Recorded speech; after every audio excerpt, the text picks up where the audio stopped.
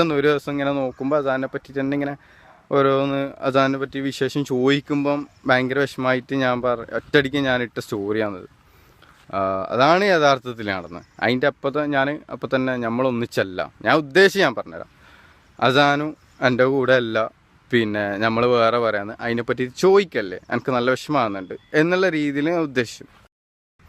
ആ സ്റ്റോറി ഞാൻ ഇട്ടിട്ട് കുറച്ച് കഴിയുമ്പോൾ തന്നെ എനിക്ക് കുറച്ച് മെസ്സേജ് ആ സ്റ്റോറിക്ക് റിപ്ലൈ ആയിട്ട് വന്ന് ആര് വൈഫാണ്. അപ്പം ഞാൻ അവരങ്ങനെയും കണക്കൂട്ടുന്നിട്ട് അപ്പം തന്നെ അതിൻ്റെ ബാക്കിൽ ഞാനൊരു സ്റ്റോറി ഇട്ട് അസാൻ എൻ്റെ കൂടെ അല്ല, അസാനും ബേബി എൻ്റെ കൂടെ അല്ല എന്നിട്ട് ഞാൻ സ്റ്റോറി ഇട്ട്.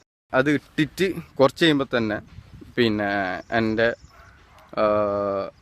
അനിയൻ്റെ ഫോണിൽ എൻ്റെ ഇൻസ്റ്റാഗ്രാം ഓപ്പൺ ഉണ്ടായിനി. അപ്പോൾ തന്നെ ആ 2 സ്റ്റോറിയും ഓനെടുത്ത് ഡിലീറ്റ് ആക്കി കളഞ്ഞു.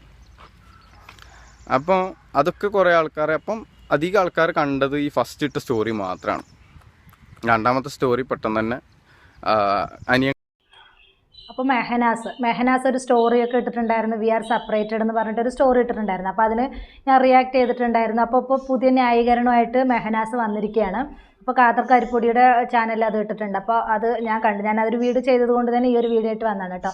അപ്പോൾ മെഹനാസ് പറയുന്നത്, ഞാൻ ഫസ്റ്റ് ഇട്ട ഇത് എൻ്റെ അനിയൻ ഡിലീറ്റ് ചെയ്തു. അപ്പോൾ ഇയാളുടെ ഇത് അനിയനാണോ ഡിലീറ്റ് ചെയ്യുന്നത്, എന്തൊക്കെയാണ് പറയുന്നത് എന്നൊരു ലോജിക്ക് ഇല്ലാതെയാണ് മെഹനാസ് സംസാരിക്കുന്നത്. അപ്പോൾ ഞാൻ വി ആർ സെപ്പറേറ്റഡ് എന്ന് ഇട്ടത് ഭാര്യയായിട്ട് സെപ്പറേറ്റഡ് ആയതല്ല, മറിച്ച് മോനുമായിട്ട് ഞങ്ങൾ ഒരുമിച്ചല്ല ജീവിക്കുന്നത്. അത് എല്ലാവർക്കും അറിയുന്ന കാര്യമില്ല. അതിപ്പോൾ പ്രത്യേകിച്ച് പറയണം, മോൻ നിൻ്റെ കൂടെയല്ല, മെഹനാസിൻ്റെ കൂടെയല്ല ഇരിക്കുന്നത് എന്നുള്ളത് എല്ലാവർക്കും അറിയുന്ന കാര്യമാണ്. അതിന് ഇങ്ങനെയുള്ളൊരു കള്ളത്തരം ന്യായീകരണമായിട്ട് എന്തിനാണ് ഇങ്ങനെ വന്നതെന്നുള്ളത് മനസ്സിലായില്ല. അപ്പോൾ അവൻ പറയുന്ന കുറച്ച് കാര്യങ്ങളും കൂടെ, മെഹനാസ് പറയുന്ന കുറച്ച് കാര്യങ്ങളും കൂടെ നമുക്കൊന്ന് കേട്ടിട്ട് വരാട്ടോ. ഒന്ന് കേട്ട് നോക്കൂ. ഞാൻ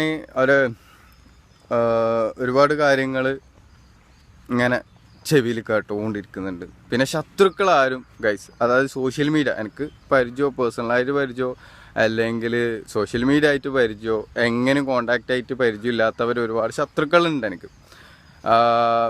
ശത്രുക്കൾ എന്ന് പറയുമ്പം എപ്പോഴും പോസിറ്റീവായിട്ട് ആരെങ്കിലും വീഡിയോ ഇടും, ആരും ഇടൂല, എന്തായാലും നെഗറ്റീവ് കിട്ടാൻ കാത്തുക്കും അല്ലേ, ശരിയാണ്. അപ്പം എൻ്റെ യൂട്യൂബിൽ നിന്ന് തന്നെ വീഡിയോ എടുത്തിട്ട് ഒരുപാട് ആൾക്കാർ പല രീതിയിലും വീഡിയോസ് ചെയ്തിട്ട് പൈസ ഉണ്ടാക്കാൻ ശ്രമിക്കുന്നുണ്ട്. അതിപ്പം പോസിറ്റീവായിട്ട് ഞാൻ എൻ്റെ ശത്രുക്കൾ ഒരിക്കലും പറയുകയും ചെയ്യില്ല. പിന്നെ എൻ്റെ മിസ്റ്റേക്ക് എന്താണെന്ന് വെച്ചാൽ എൻ്റെ ഭാഗത്തുനിന്ന് പറ്റിയൊരു ഫോൾട്ട്, അതിപ്പം എനിക്ക് ഇംഗ്ലീഷിൽ കുറച്ച് വീക്കാണ്, അതെല്ലാവരും പറയാറുണ്ട്. എന്നാലും ഞാൻ പഠിക്കാൻ വേണ്ടിയിട്ട് മാക്സിമം ശ്രമിക്കുന്നുണ്ട്, ആഗ്രഹം ഉണ്ടായതുകൊണ്ട്. അതായത് നല്ല കാര്യം, അതൊക്കെ അങ്ങോട്ട് ചെയ്തോളൂ, അതൊക്കെ നല്ല കാര്യമാണ് അല്ലേ. ഒരാൾക്ക് ഇംഗ്ലീഷിൽ വീഴ്ചയുണ്ടെങ്കിൽ അയാൾ പഠിച്ചോട്ടെ, അല്ലൊന്നും കുറ്റം പറയുന്നില്ല. പക്ഷെ ഇത് ഏതിലേക്കാണ് കണക്ട് ചെയ്യുന്നതെന്നാണ് നിങ്ങൾ നോക്കേണ്ടത്. അതായത് സ്പോക്കൺ ഇംഗ്ലീഷ് വീക്കാണ്. അപ്പം അതുകൊണ്ട് തന്നെ കുറേ കാര്യങ്ങളിൽ സ്പെല്ലിങ് മിസ്റ്റേക്ക് വരാറുണ്ട്. ഞാൻ ഉദ്ദേശിച്ച സംഭവം ആയിരിക്കില്ല, പിന്നീട് എൻ്റെ ഒന്നിക്കില്ല എൻ്റെ പെങ്ങൾ അല്ലെങ്കിൽ വൈഫ് എനിക്ക് തിരുത്തി തരും. ഞാൻ ഇടയ്ക്കിടയ്ക്ക് ഞാനിങ്ങനെ ഭയങ്കര വിഷമം വരുമ്പം അല്ലെങ്കിൽ മനസ്സിന് ഭയങ്കര താങ്ങാൻ പറ്റാത്ത ഒരുപാട് വിഷമങ്ങളുണ്ട്. കാരണം കുറേ ആൾക്കാർ എന്നോട് ഇങ്ങനെ ഇൻസ്റ്റാഗ്രാമിൽ ഞാൻ കയറുന്നത് കുറവാണ്. യൂട്യൂബ് കാര്യങ്ങൾ നമ്മൾ കുറച്ച് കാലമായിട്ട് ഞാൻ വർക്ക് കാര്യങ്ങളിലും പുതിയൊരു വർക്കിനും കാര്യങ്ങളെല്ലാം ജോയിൻ ആയതുകൊണ്ട് തന്നെ അതിൻ്റെ ഫുൾ ബിസി ആയതുകൊണ്ട് സോഷ്യൽ മീഡിയ അങ്ങോട്ട് ടോട്ടലി ഒഴിവാക്കിയതാണ്. നിലവായിൽ എന്താ പറയുക, ഒരു ഗ്യാപ്പ് വിട്ട് വെച്ചിട്ടുണ്ടെങ്കിൽ ഫുള്ള് തുടർച്ചയായിട്ട് ഒഴിവാക്കിയെന്നല്ല, നമ്മൾ ഫ്രീ ടൈം എൻ്റർടൈൻമെൻറ്റിന് ഫ്രീ ഉണ്ടാകുമ്പോൾ ചെയ്യാമെന്ന് വിചാരിച്ചിട്ട് അങ്ങനെ പെൻഡിങ് വെച്ചു. പിന്നെ ഒന്നാമത് ഫോണ് പൊട്ടിപ്പോയി, ഫോണെല്ലാം നല്ല ഡാമേജ് വന്നതുകൊണ്ട് തന്നെ പിന്നെ വിചാരിച്ച് അങ്ങനെ എന്തായാലും നമ്മൾ സോഷ്യൽ മീഡിയ നിർത്തി. അപ്പോൾ അത്ര വലിയ ഫോൺ നമുക്ക് ആവശ്യമില്ല, നേരാക്കി എടുക്കാൻ നല്ലൊരു ഫണ്ടും ഉണ്ട്. അപ്പോൾ പിന്നെ വിചാരിച്ച് ഇപ്പോൾ തൽക്കാലം നേരാക്കണ്ട, തൽക്കാലത്തേക്ക് ഒരു ചെറിയൊരു ടോർച്ച് സെറ്റ് ഫോണോ അല്ലെങ്കിൽ സാധാ ഒരു ഫോണായിട്ടും വിളിക്കാൻ. അതും ഇപ്പോൾ അടുത്തൊന്ന് ജസ്റ്റ് ഫോണൊന്ന് ടോർച്ച് സെറ്റ് ആണെങ്കിലും ടോർച്ച് സെറ്റ്, സാധാ ഒരു ഫോണ്, അപ്ഡേഷനൊന്നും ഇല്ലാത്തൊരു ഫോണ് ലാസ്റ്റ് ഞാൻ യൂസ് ചെയ്യുന്നുള്ളൂ ഇപ്പം. അപ്പോൾ പിന്നെ ഞാൻ ഈ സ്റ്റോറി ഇട്ടതിൻ്റെ ശരിക്കും റീസൺ എന്താണെന്ന് ഞാൻ പറയാം. ഞാൻ ഉദ്ദേശിച്ചത് കുറേ ഇൻസ്റ്റാഗ്രാമിൽ ഒരു ദിവസം ഞാൻ ഇങ്ങനെ കയറിയപ്പം ഇങ്ങനെ കുറേ ആൾക്കാർ, അതായത് 80% ആൾക്കാർക്കേ അറിയും അസാനും എൻ്റെ കൂടെ അല്ല എന്നുള്ളത്. ബാക്കി 20% ആളും വിചാരിക്കുന്നത് അസാൻ നമ്മളെ കൂടെയാണ്, നമ്മളെ കൂടെയാണ് ഉള്ളത് എന്നുള്ള രീതിയിൽ. അപ്പോൾ ഇവരൊക്കെ മെസ്സേജും അസാൻ്റെ വീഡിയോയിൽ കാണിച്ചൂടെ, അസാനെ കാണിക്കുക, അസാൻ്റെ കൂടെ വീഡിയോ ചെയ്യുക, അസാൻ്റെ ഇത് കാണിക്കുക, അങ്ങനെ നല്ല നല്ല വിഷമം വരുന്നുണ്ട്. നല്ല വിഷമം എന്ന് പറഞ്ഞാൽ നല്ല സാഡാകുന്നുണ്ട്.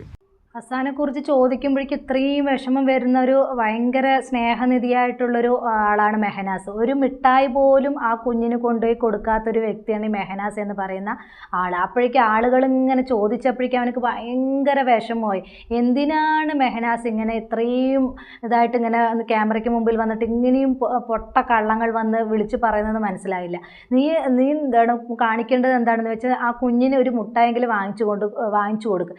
ഇതിപ്പോൾ ഈ വി ആർ സെപ്പറേറ്റഡ് എന്ന് പറഞ്ഞിട്ട് ഇത് സ്റ്റോറി ഇട്ടപ്പോൾ അത് നിനക്ക് വിഷയമായിട്ട് മാറിയപ്പോൾ ഒരുപാട് പേര് കമൻറ്റുകളായിട്ട് വന്നപ്പോൾ ഇങ്ങനെയുള്ള ഇത് പറഞ്ഞ് പൊട്ട ന്യായങ്ങൾ പറഞ്ഞിട്ട് സ്വയം ഇല്ലാതാവുകയല്ലേ ചെയ്യേണ്ടത്. എന്തിനാ സ്വയം ന്യായീകരിക്കുന്നത്? എല്ലാവർക്കും അറിയാം നീ ആരാണ്, നീ എന്താണ്, നീ എങ്ങനെയുള്ള വ്യക്തിയാണെന്നുള്ളത് എല്ലാവർക്കും കറക്റ്റായിട്ട് അറിയാം. നീ സ്വന്തം മോനെ പോയി നോക്കാറോ അല്ലെങ്കിൽ ആ കുഞ്ഞിനൊരു മുട്ടായി പോലും വാങ്ങിച്ചു കൊടുക്കാത്ത ആളാണെന്നുള്ളത് എല്ലാവർക്കും അറിയാം. പിന്നെയാണോ നിൻ്റെ അടുത്ത് വന്നിട്ട് ആ മോൻ എവിടെയെന്ന് ചോദിക്കുമ്പോഴേക്കും നിനക്ക് ഇത്രയ്ക്ക് മാത്രം വിഷമം തോന്നുന്നു? കുറച്ചെങ്കിലും ആ മോനോട് താല്പര്യം ഉണ്ടെങ്കിൽ നിനക്ക് ആ ഒരു കുഞ്ഞു മോനല്ലേ, ആ മോനെ പോയി കാണുന്ന ഈ മിഠായി വാങ്ങിച്ചു കൊടുക്കുകയും ചെയ്യും. അതൊന്നും ചെയ്യാതെ ഇവിടെ കിടന്ന് ന്യായീകരിച്ച് മെഴുകുന്നത് കാണുമ്പോൾ ശരിക്ക് ചിരിയാണ് വരുന്നത്, ചിരി. അല്ലാതെ എന്താ അതിനൊക്കെ പറയാം. ഇപ്പം എത്ര തന്നെ നമ്മൾ ഇതായി പറഞ്ഞാലും സ്വന്തം രക്തത്തിൽ പറഞ്ഞ മക്കൾ നമ്മൾ എത്ര അത് തള്ളി പറഞ്ഞാലും അത് അവനവൻ്റേത് അല്ലാതാവില്ല.